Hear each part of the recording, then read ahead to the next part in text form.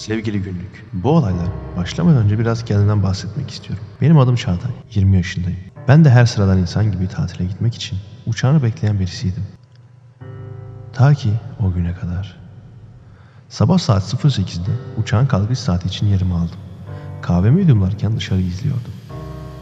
Uçakta her dışarı izlediğimde herkesin aklına gelen o şeyi düşünüyordum. Ya uçak düşerse, ya patlarsa, o zaman ne olurdu? Ne yapabilirdim ki? Sadece ölmeyi mi beklerdim? Uçaktan mı atlardım? Yoksa hiçbir şey yapamaz mıydım? Bu olasılıklardan hep korkmuşumdur. Bunları düşünürken uçaktan bir anda yakıt tarzında kokular gelmeye başladığını fark ettim. Herkes birbirine bakıyordu. Gözlerinden bu kokunun onların endişe seviyelerinin saniye saniye arttığını çok net görebiliyordum. Ama ne olduğunu ve kokunun kaynağının nereden geldiğini kestiremiyorlardı. Görevliler herkesi sakinleştirmeye çalışıyordu. Herkes az sonra başlarına geleceklerini biliyormuşçasına birbirine bakıyordu. Ta ki o korkunç ses tüm hayatımı değiştirene kadar.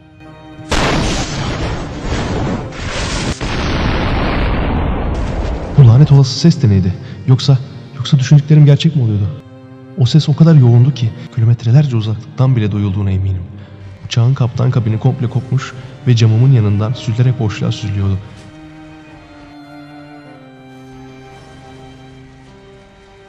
Herkes ayağa kalkmaya çalışıyor, dengesini kaybedip tekrar yere düşüyordu. Yapabildiğim tek şey canlı canlı yaşayabildiğim bu felaket durumu seyretmek olmuştu.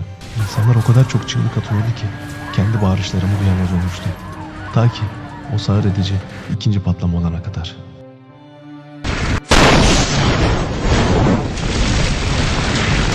Artık sadece gözlerimi kapatmış ölmeyi bekliyordum.